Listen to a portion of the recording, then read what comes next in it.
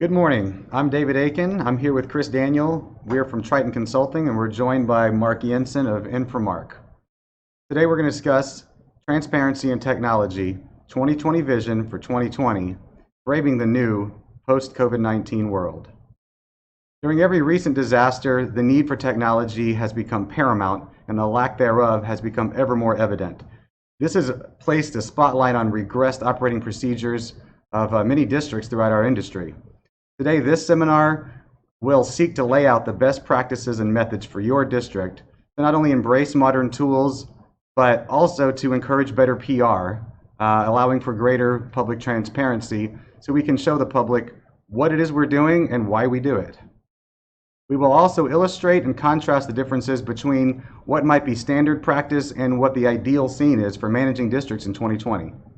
We will share specific emphasis on implementation of new practices and tools, thereby positioning districts with greater resistance to the sudden technological pains imposed by such emergencies, such as the coronavirus pandemic. We'll discuss minimum legal transparency and how it's not always perceived as practical transparency in the public's eye. With this, we'll share the tools and procedures that also help to assist during this involuntary technological revolution that's been suddenly forced upon our industry for and due to the coronavirus pandemic. We'll discuss how they work and how you guys can use them and their benefits to be better prepared for the future. Here we will explore and share successful past actions, new strategic practices, and additional features that help bolster interaction and improve relations with the public in a meaningful but still simple methods. This seminar is going to be split into 3 sections. First, we're going to discuss transparency. These are methods by which to increase transparency while also giving consideration to navigation of a lot of the inherent legal hurdles. Second, we'll discuss technology, and here we're going to get a bit more techie and review some of the tools and strategies that we use to better run districts and manage them not only remotely but in an ongoing fashion, considering the pandemic that we've all been operating under. It will also allow us to serve the public better. Lastly, we'll discuss outreach. When we say outreach, we mean the actual physical, tangible manifestations of really reaching residents in meaningful ways. Some related successful actions and how you guys can implement them for yourselves, and this will be given specifically from an operations perspective. With that, I'm going to hand it over to Chris Daniel to discuss the transparency portion of our seminar today. Thanks, David. Hi, I'm Chris Daniel, and I'm going to be talking about transparency and best practices in communicating with your constituents, as well as best practices in engaging those same constituents to pass your initiatives come the fall. The first step is managing the message. When you supply the content, you can predict and control the public response. First step in that is talking about transparency and the disparity between what's minimally required and what is practically required by most constituents. There is minimal transparency, and that's going to be required by your legal counsel to make sure you meet the letter of the law as passed. But while that satisfies any court and of course the state legislature, there is an expectation from the public of what's needed and wanted. And that's where we get into the practical transparency of what you disclose and what you tell the public. But how do we get there? Practical transparency can include public events, community involvement, and being involved with your local HOAs, city officials, and other special purpose districts and collaborating on projects. When you're involved with such agencies, you can do things like road and bridge projects, fire elections, including joint parks projects, and more. Now, once you have engaged your public and gotten them involved and gotten your community leaders involved, there's the question of, well, how do we become practically transparent? First question is, what's online? The public is usually looking for answers these days through Google, Bing, or any other online search engine. And they're looking for, who's my district? How do I pay my water bill? What do I do if I want to terminate service? Who handles my garbage? And when they can't find it online, they become extremely frustrated with what was available versus what they were expecting to be online. And that becomes a mindset of, are you trying to hide something? Are you just not there technology-wise? What's happening with regards to my special purpose district? Who is even my special purpose district? Once you get the data online, there's also the question of staleness. Is that data accurate? Is it new? Is that a form from 10 years ago from an operation company that doesn't even exist? So once you do go online, even if it's through a third-party agency, make sure that the content is being maintained and accurate. Now that we have discussed transparency and we figured out a way to get all that transparency going by building a website, putting data online, there's the question of building the public trust. The public trust has to be sought in order to pass any initiative, including bond elections and more. What are those ingredients? Well, we have controlled public awareness and outreach, and what that really means is making sure that you manage the message to the public in the way that you know that you can predict the outcome. There's voter awareness initiatives. These can include town halls and open houses, door knocking campaigns, or simple national night out campaigns. One way or another, making sure that you engage the public. You want to dissolve the appearance of impropriety by putting as much data as possible online, on the web, in written form that's accessible, and more. You want to extend public education not only to your residents, but also to your local schools, and getting people educated on what is a wastewater treatment plant, what is a lift station, what is your water district, and what is its relationship to any other nearby special purpose district, much less the county or city government. You want to have a branding and identity campaign of some kind. You'll be surprised how many of the folks are paying their water bill right now that believe that the operator is their water company, is their water board, is their water district. When you're trying to pass an initiative, you'll need to consult a communications consultant and make sure that you develop the branding that's right for you so that the public know who you are and what you're trying to do. Most of all, you want to establish goodwill. This goes beyond the one-off events that politicians are used to doing one time a year, the turkeys at Christmas time. They want to know that you're really involved in the community, that you're a good steward of the tax dollar, and that you care. But we have to bridge the gap between us, who have been involved in the water industry for 20 plus years, and the average Joe who is paying that water bill. Put yourself in the shoes of that average Joe. Do they even know what a wastewater treatment plant is? Do they even understand that you are not the hot water company? That you are not responsible for anything beyond their meter box going this way versus that way? You want to make sure that you understand that these folks may have never heard any of the special terms and conditions that apply in your service agreement, and that they are new to this world. So when you're talking about initiatives, voter initiatives and more, you want to put yourself in the shoes of the resident. Election prep. How much outreach is enough? The more the better.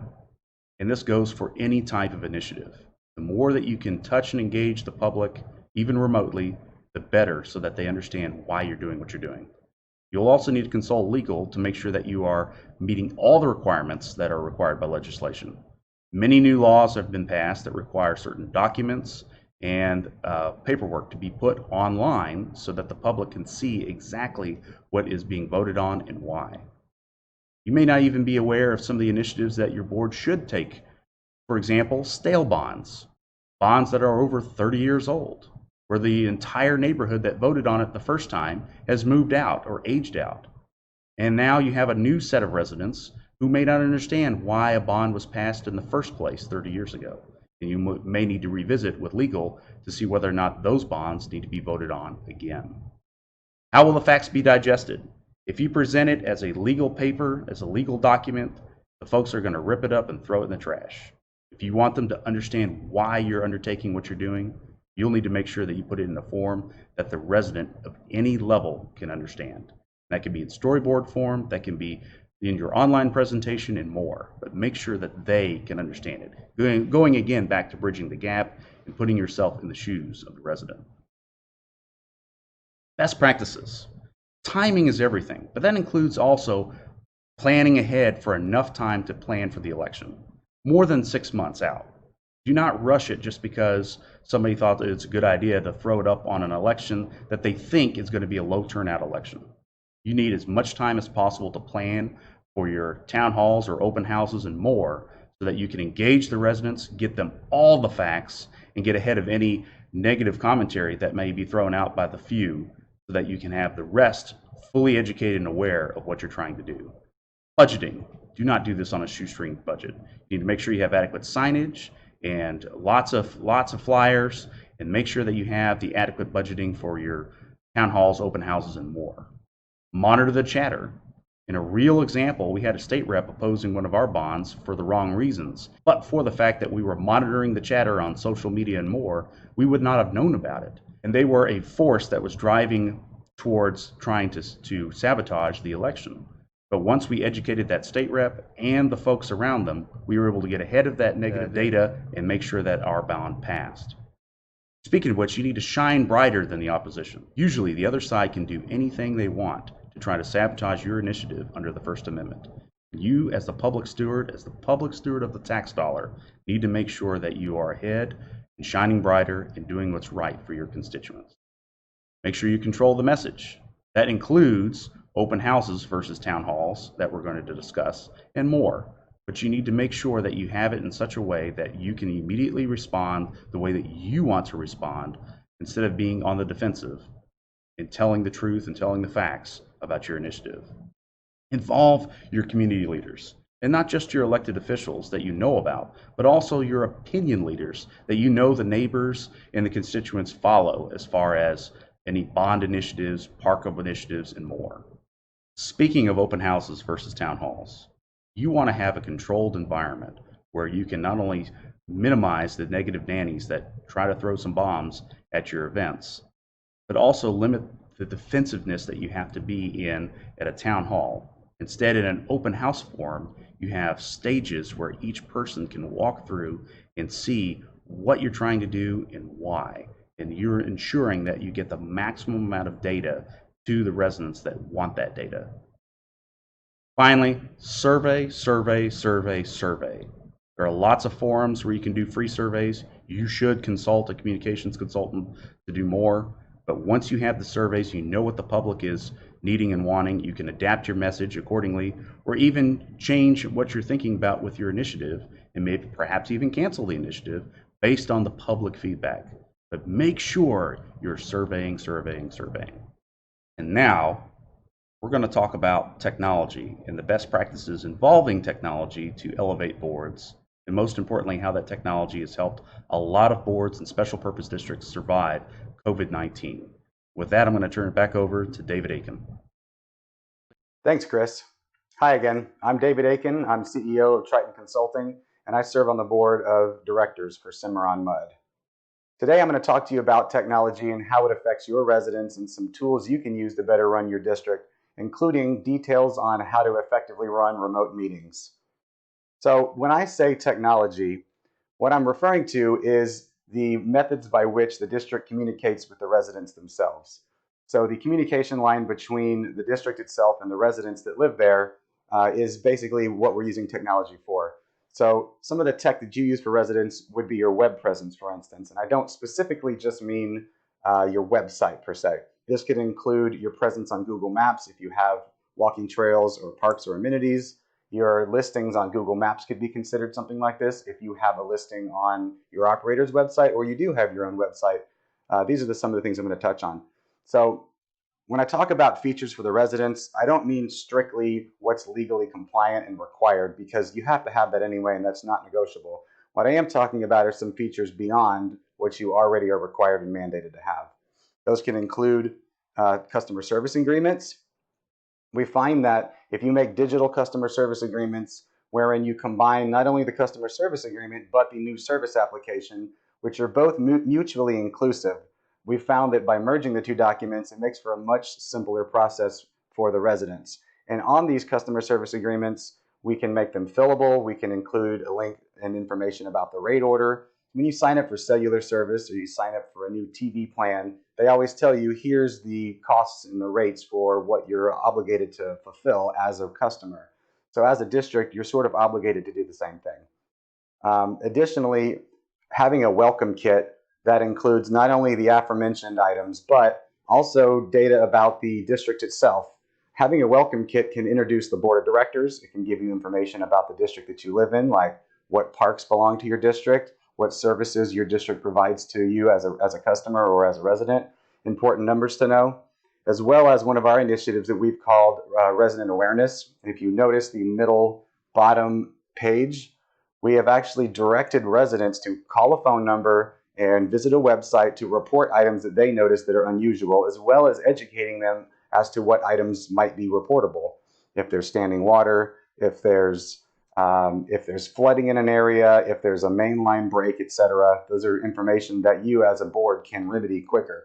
So having an online form, as you see here, that allows the residents to fill it out with information. Then the operator can go and make the repairs quicker, and it mitigates future damage because you know about it that much faster. After all, your operator is only one or two guys in the district, and they're only human, but you have thousands of residents living in your community that can provide valuable feedback.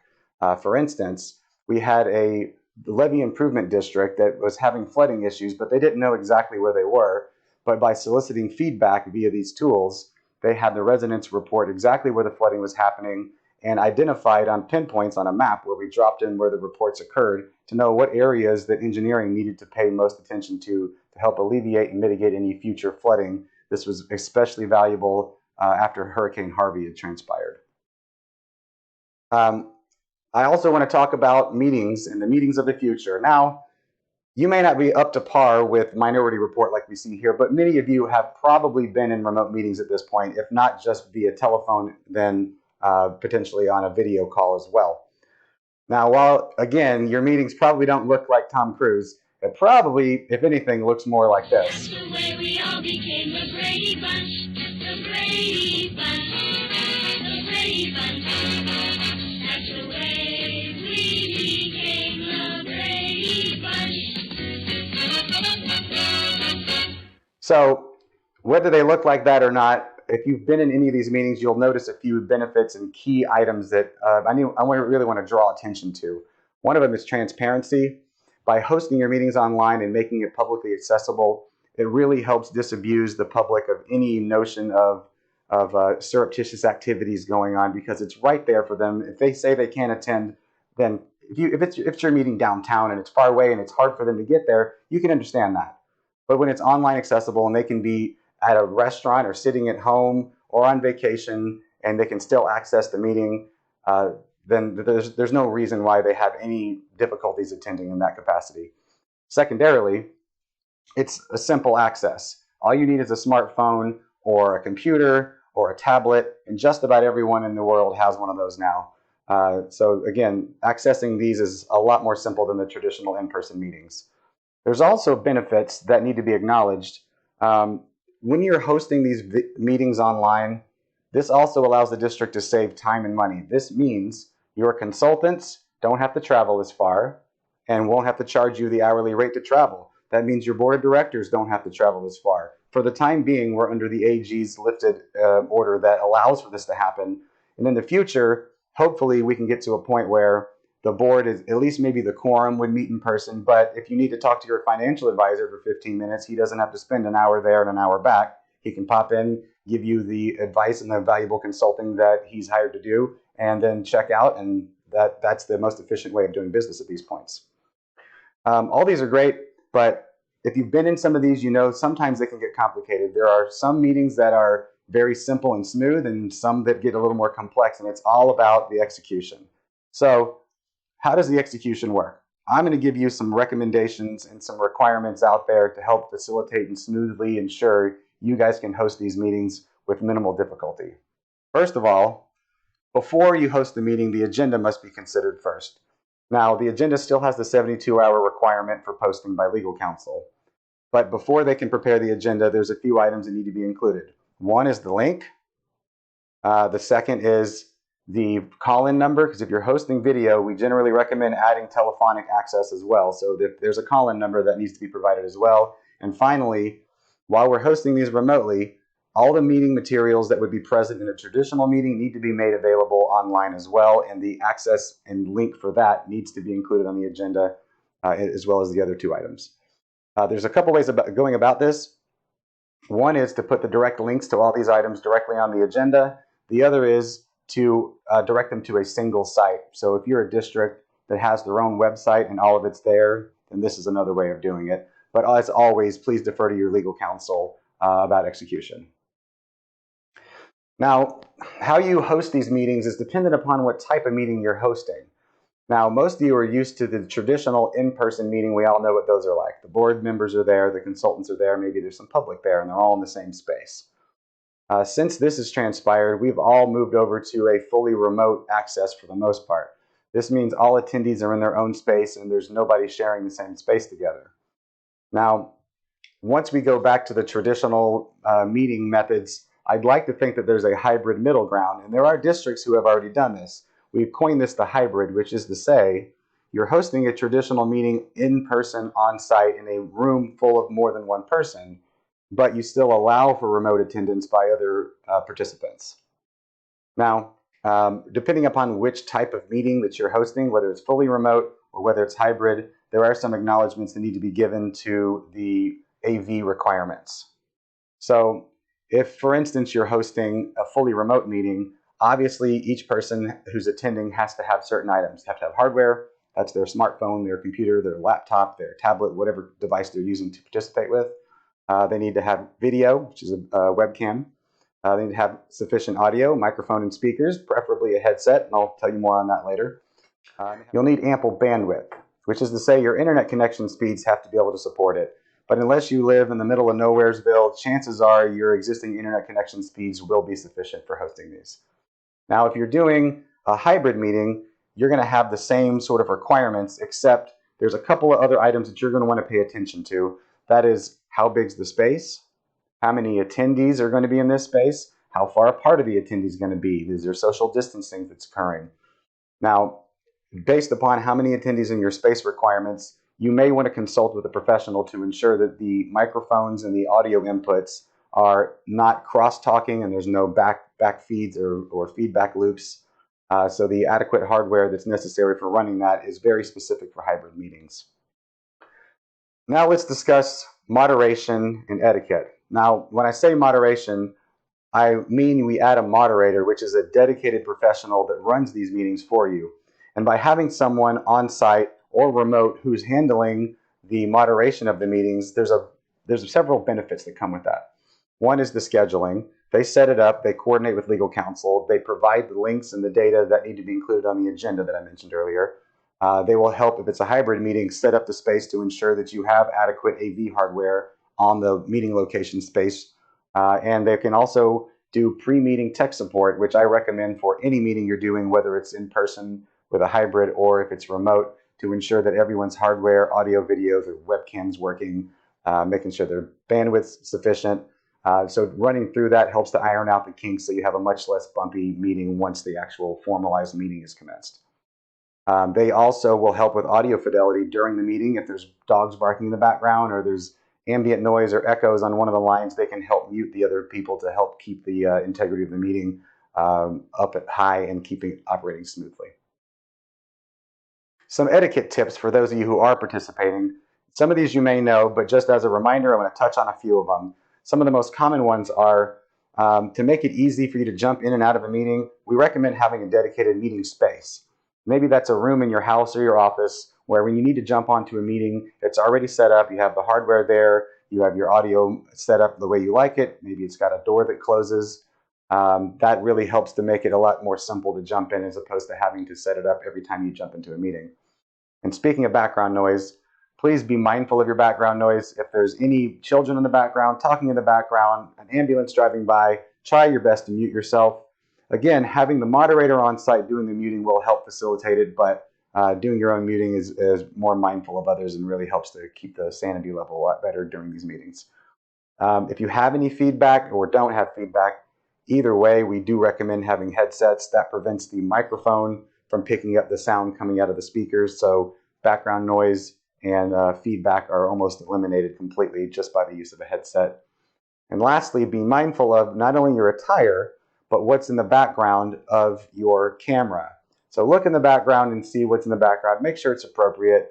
And be mindful that while you don't have to wear pants, make sure that your camera is not picking up on that, because it can be prominently obvious to other people attending the meeting. Now, when you start hosting these, you will need to choose a platform. If you have a professional engaged that's hosting it for you, they will probably already have one that's dedicated for the hosting. These days we have Microsoft Teams, GoToMeeting, Zoom, Google Meet, and most of the features are about 90–95% similar. So there's not a right or wrong answer at this point.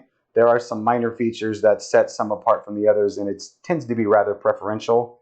Some of them do have attendance limits, but if you're going to have less than 50 people to 100 ballpark, most of these will serve perfectly adequately for the attendance needs. When it comes to security, some of you may have heard some stories about security vulnerabilities in some of these platforms. Specifically, Zoom, for instance, had an end-to-end encryption that was lacking, that was falsely promoted. Since the last month or so, most of these have been resolved, and any of the platforms listed are generally ample and sufficient, and the security concerns that had prior existed are rather well resolved at this point. As far as costs are concerned, remember, if you're having a professional that's hosting it for you, most of this should be integrated, but if you're hosting your own, be mindful of some of the costs, but it doesn't vary a whole lot. You're not going to see much more than $50 to $100 a month ballpark in these costs. But if you're contracting the service, then that all should be bundled anyway.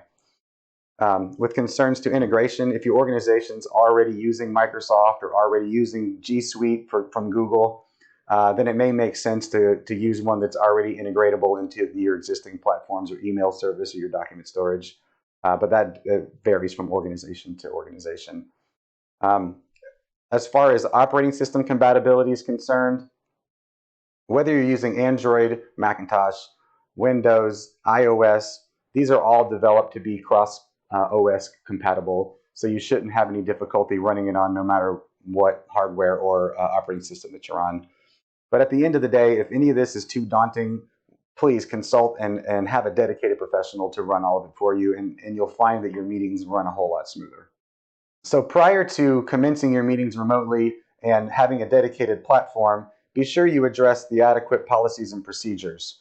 Now, having a communications policy in place that clearly outlines report submission format, where the reports need to go to, and at what time they need to be submitted, so that when you're in the meeting, all of the documents and the report materials that would normally be available in the meeting are available for you to see inside these remote meetings.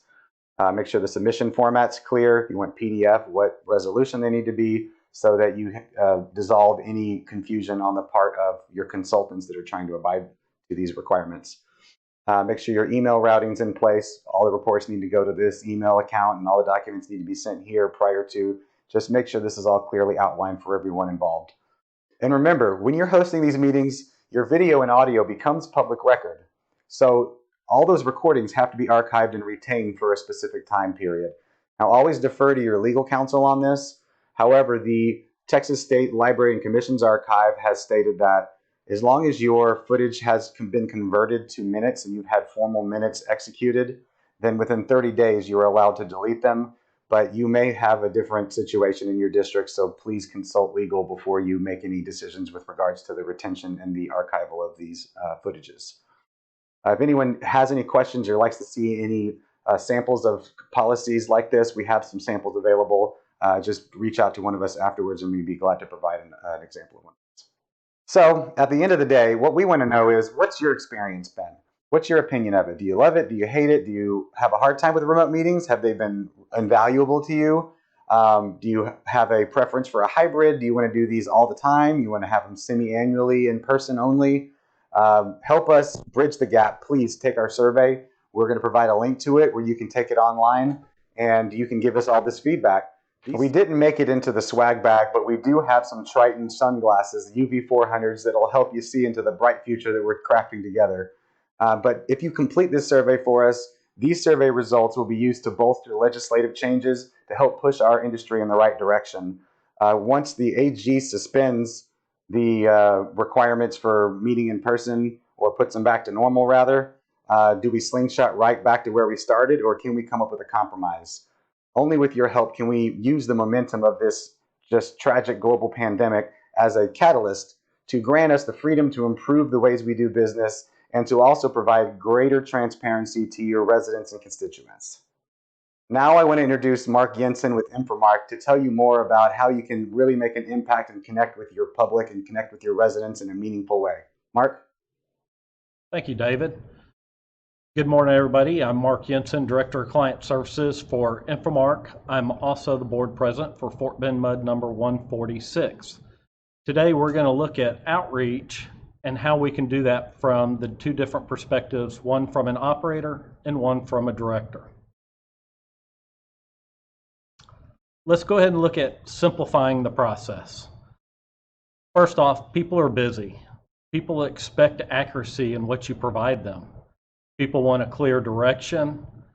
People want accountability. And lastly, we want to be able to improve how we manage our districts.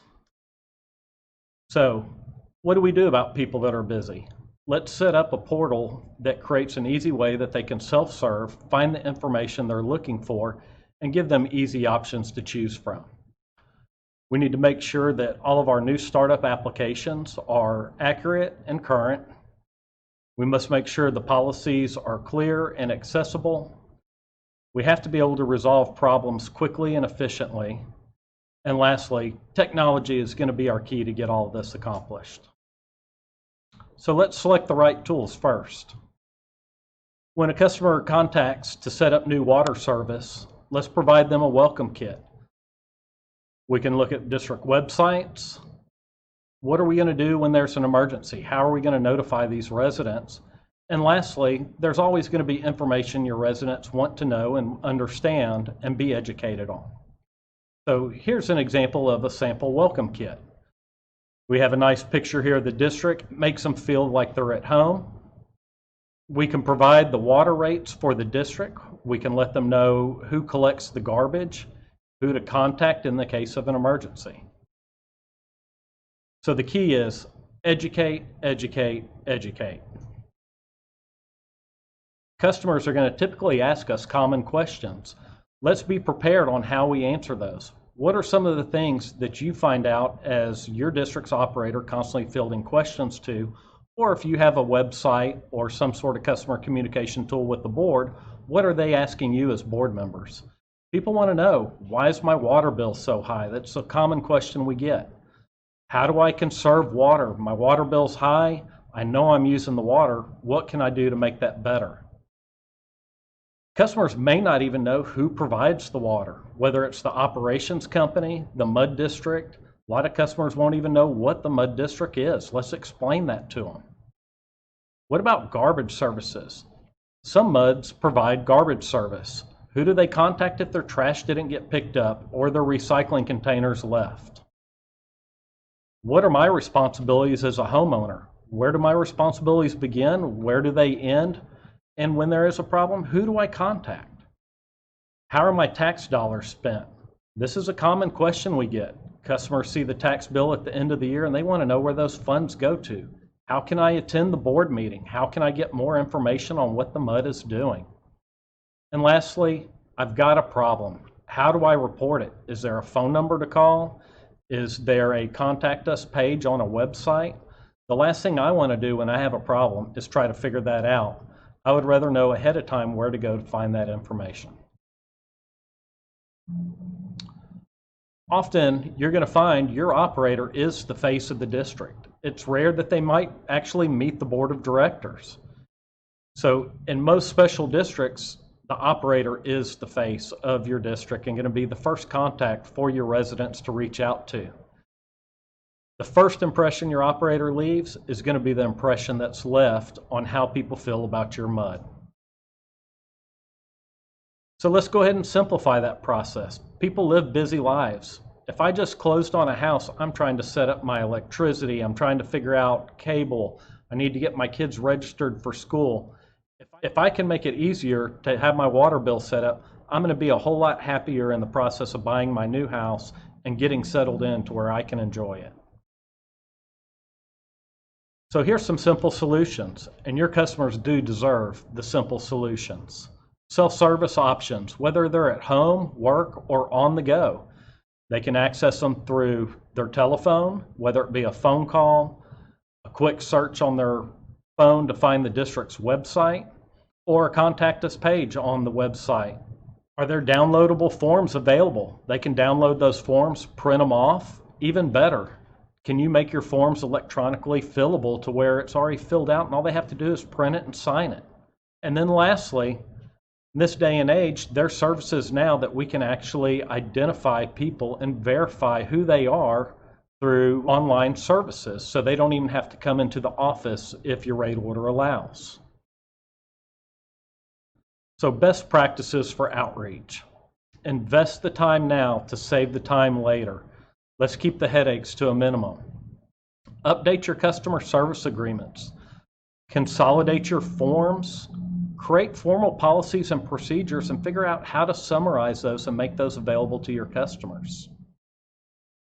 Customer service agreements. When was the last time you reviewed them to see that they're current with rules and regulations? Ask yourself, does it capture the complete contact information that we want? Am I capturing a good phone number, a good email address? And even better yet, let's think in the head.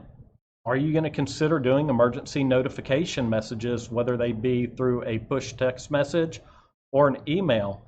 You can go ahead and get your customer to give their authorization to receive those messages when they sign their customer service agreement.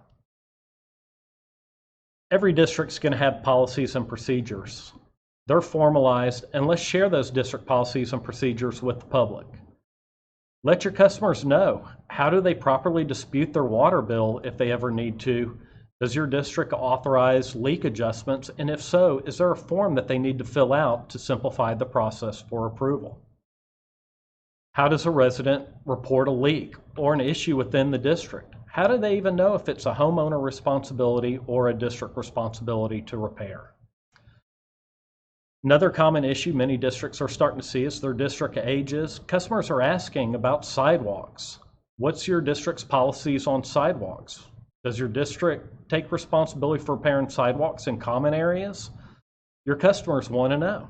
Many of us as districts have park bond authorizations and we've built parks. Go ahead and outline the rules and regulations for your parks on a website and let your residents know. It's going to create for a much happier environment in your community.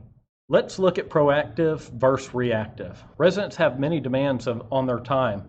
Let's support them through proactive measures. Wouldn't it be nice if there's a mainline break and you're on your way home? Would you rather find out about it when you go into your house and actually go to wash your hands or start preparing dinner? Wouldn't it have been nice to get a text message on your phone on the way home from work? Being proactive from the district standpoint allows your resident to make alternate plans. If I know there's a mainline break and I'm heading home and I know I'm not going to be able to prepare dinner, I may go ahead and choose to stop and pick up dinner on the way home. Emergency alerts share important information as soon as possible, and this prevents additional inconvenience to your residents. Tools and practices. How do you educate your residents? Well, we've talked about doing it through new resident packets, website presence, digital and print newsletters can be used, text and email notifications. So let's look at it from the perspective of the district maintaining a website. Those questions that your operator's fielding on a regular basis, they can be answered on a district maintained website. All those questions about why is water expensive, how I can serve water, who do I contact when there's an issue, can be put right there on your own district's website. So what if you don't want to maintain your own website? It requires a lot of regulations and there's a lot of information that you have to maintain current to stay within current laws and regulations. You can always partner with your operator to put some of that information on their website if they have one. Here's an example. There's service agreements available, customer welcome packets, the annual consumer confidence report can easily be found, along with a summary of your rates and deposits. So at the end of all this, the one thing we want to take away is We want to be transparent. We want to be proactive. Let's build the trust of our constituents. As an elected official, we owe it to our community to clear the glass and make it to where people can easily find the information. Okay, so we're going to go ahead and open up the forum for some questions to find out what y'all want to know more about. Thank y'all for your time today and look forward to seeing what you have to ask.